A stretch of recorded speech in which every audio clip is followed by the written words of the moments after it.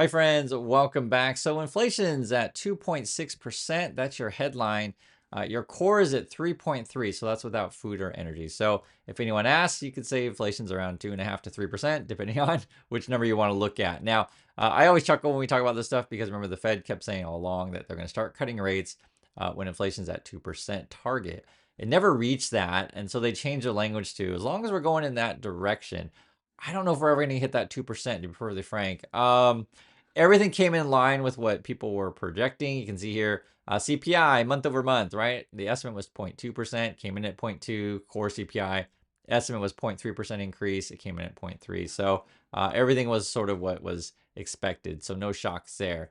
What keeps going up, and I've talked about this before in the channel, prison stocks, crypto, and Tesla. So if you had the foresight to pick up a bunch of prison stocks, fantastic. You're doing awesome. And this is the crazy world that we live in. When I first told you guys about this stuff, a lot of people were saying, is this the dystopian market? And the answer is yes. Yes, it is. And it got even more crazy. This was probably the big shocker for me yesterday. I already made a couple of videos about this, but the Fox News guy, this is a TV host, he's chosen to be the defense secretary. Yeah, his name is Pete Hegseth. I can't give a straight face when we talk about this because when I first heard the news about the Fox News guy getting picked to be, the Secretary of Defense, I was like, is this real? I mean, I had to check multiple sources because I thought it was fake news, a joke, but it's real. But I do like the headlines coming out of it because, I mean, you have to have a sense of humor. What else can I do? Headline, who the F is this guy? Defense world reacts to Trump's surprise Pentagon pick.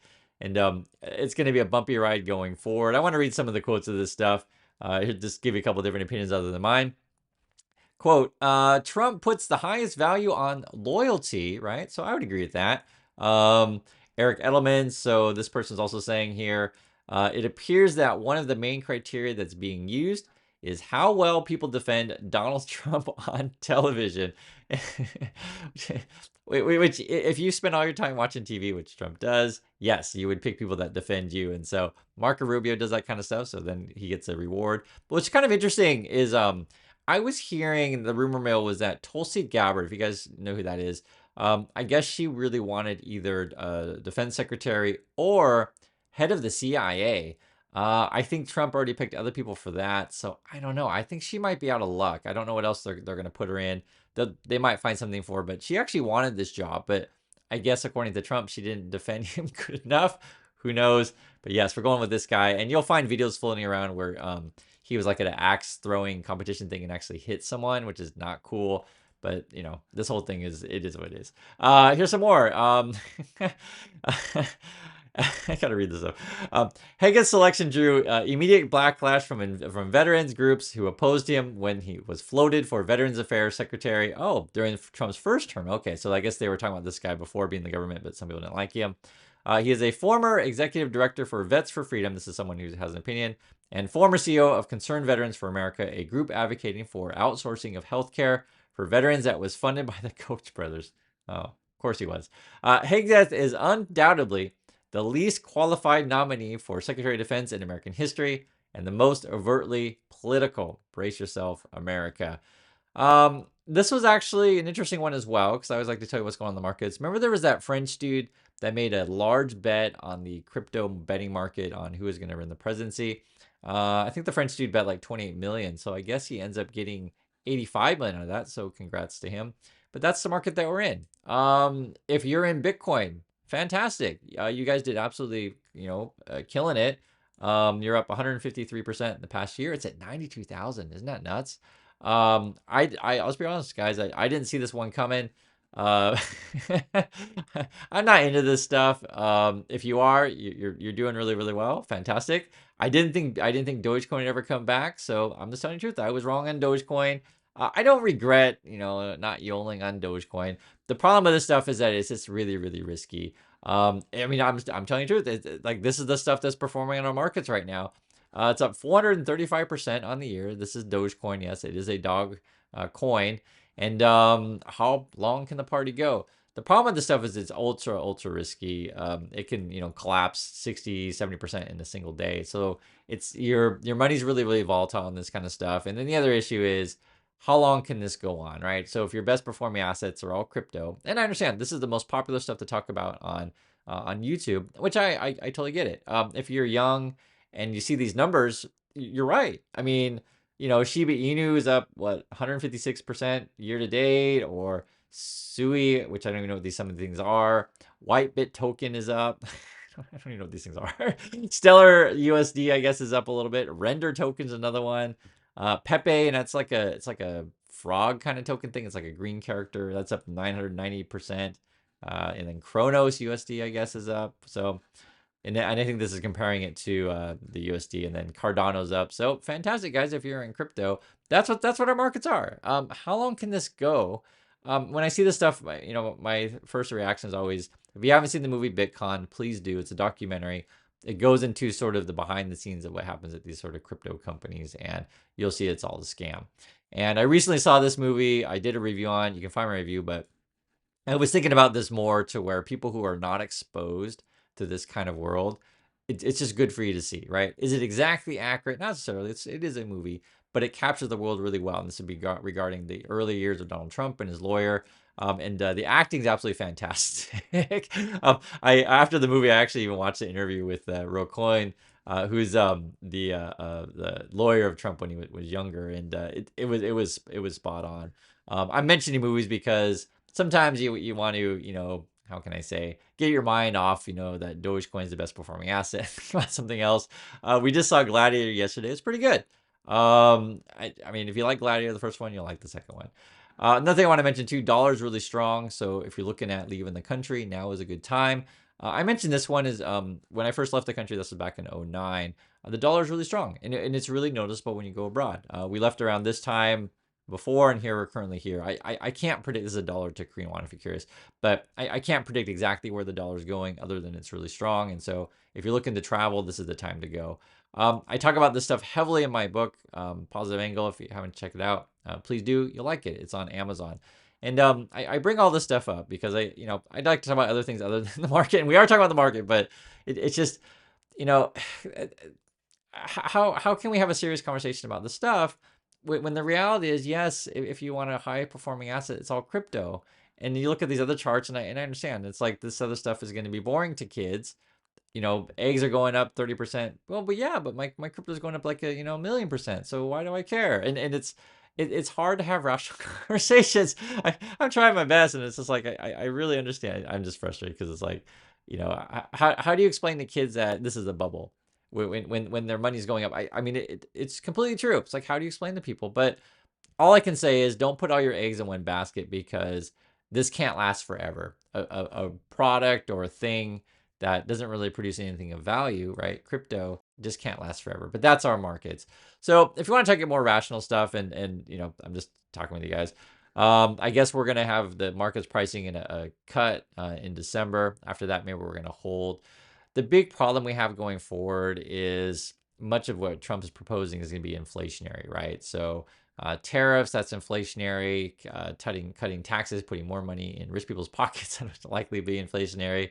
The other one is too is if you're going to get rid of workers, right? So you're deporting a bunch of people, so you're going to have less, pool of workers. So you have to pay people more to come back to work. That's probably going to be inflationary now, and also too, you have to spend a bunch of money to move said people. We'll see how that goes. And it's interesting because it depends on your perspective that you want to take. From the positive perspective, you would say, okay, the reason why you're cutting taxes and putting more money back into businesses and rich people is because they're going to invest in the economy and give everyone jobs, and they're going to share the wealth with everyone. The problem is, historically speaking, we know what happens. The gap between the CEO pay and the worker pay just keeps getting bigger and bigger and bigger. Now, on that regard, I'm also telling you the truth. This is where you want to have assets, okay? If we are indeed in an inflationary environment and everything goes to the moon, yes. if you're in stocks and you already have real estate, you're going to be totally fine. The issue is going to be, and this is where the sort of the trick's going to be, is will companies still be able to sell things to you and still make money, still make a profit on this stuff, right? Because this is sort of why we track what the consumers are doing. So for example, if here your vehicle insurance, right, your car insurance is up, was it 14% year over year? Sporting events are up 6.9.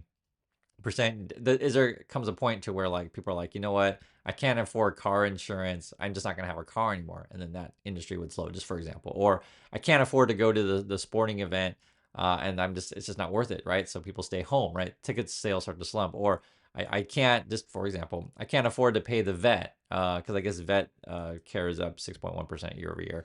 And I haven't been to the vet for years in the USA, and I'd be curious your guys' thoughts on if that, stuff is going up or not. Just be curious your thoughts on that. And so if the consumers don't have enough money in their pockets, right? If they're not inspired to go keep spending, then that'll show up on the company's earnings reports. That's why all these things need to be in balance. The other thing too I was thinking about is like how to think about this stuff. My immediate thing was like Brexit, and this is sort of where it's great to have people in the community that are, say, from the UK. What are your thoughts about Brexit? Like after you went sort of this tumultuous change, for you guys, it was hard Brexit, soft Brexit. Let's leave. Let's do our own thing. Are you better off? And I feel like the sort of Trump policies and stuff that we're talking about is a similar kind of thing, right? We're voting to isolate ourselves more. So decrease people coming into the country, decrease trade, these kind of things, and just rely on ourselves. Now, it could theoretically work, just to be fair. I disagree, but I'm just giving you a different point of view on this. And if you look at the signs of the people who are voting for Trump, it was pretty funny. This person's like, "Stop rewarding, start deporting." Historically, though, this would be interesting to just to remember this kind of things. And at Brexit, there's definitely a group of people that really wanted to isolate themselves for a time. Now, at least according to this, and this is sort of why I like to ask people who are in UK, what's your opinion? What's the general mood? They were saying there was a poll on that was it YouGov here. Actually, the poll was saying it was like basically most people think it was a bad decision, but where's that poll? Yeah, it says here it comes from YouGov poll found that 15%, so 15% people think benefits of Brexit have outweighed the negatives. So on the reverse would be 85% think it ended up being negative. So but the accuracy of that poll, who knows? That's why I'm just asking you in UK, what do you guys think? In terms of numbers, they were saying your trade is down between 2021 and 2023, and this is sort of where we're going over this, like what could happen in USA. Look at UK. 2021, 2023, the study calculated that UK goods exports to the EU were down 27%, and imported goods were 32% lower, right? So your trade definitely went down. And that's where I brought into point of where do people think it was good or bad. GDP also is, I guess, down as well. Was it say Brexit would make the UK 4% smaller than what it might have been. Everything's hard to say, right? The projections ahead of time, and I was kind of looking at old articles before people, and this is back in 2018, were saying, hey, you could go down your GDP, go down 2 to 8%. That was the projections. You're only down 4, so it ended up being kind of in the middle. And again, I want to hear from people in the UK. Now, then these kind of things, and there's a different perspective on this. It depends. So there always are winners and losers with everything, right? So maybe there's some people in the UK that are just like, life is absolutely fantastic, and this is sort of why I want to hear from you. Like, or is anyone saying that? I don't know, and who is saying that? I'm curious, because you have another point of view is that we're all in this together. Rising tides lift all boats, or sinking tides, sinks everybody. It depends what kind of point of view that you take, because there's definitely people out there that, and you'll hear people say this is like, well, it's a free market. We're gonna have winners and losers, and if you're crying, it's just because you're a loser, and just get on the winning team. The problem with that kind of thinking is that you're always going to have this like increasing wealth gap, and sort of, and it is what it is. I mean, I can't stop the wealth gap, but I can tell you sort of what's going on, and tell you guys all the same thing is, regardless of who's in power, who's president, whatever, well, life's going to go on, and you still need to take care of your family. You still need to manage your budget well. You still need to invest well. Don't put all your eggs in one basket, right? These kind of things are, and it's hard to talk about because, guys, it's true. I mean, it's like, how can I talk reasonably about the world when I see that digital coins are your best performing asset, or that prison stocks are awesome? How can I how can you talk reasonably about the world? That's why, like the last couple of days, I'm just like, what is going on? And we're picking TV hosts to be the head of defense, but that's where we're at right now. But on a positive note, which is kind of funny, this was actually a real headline.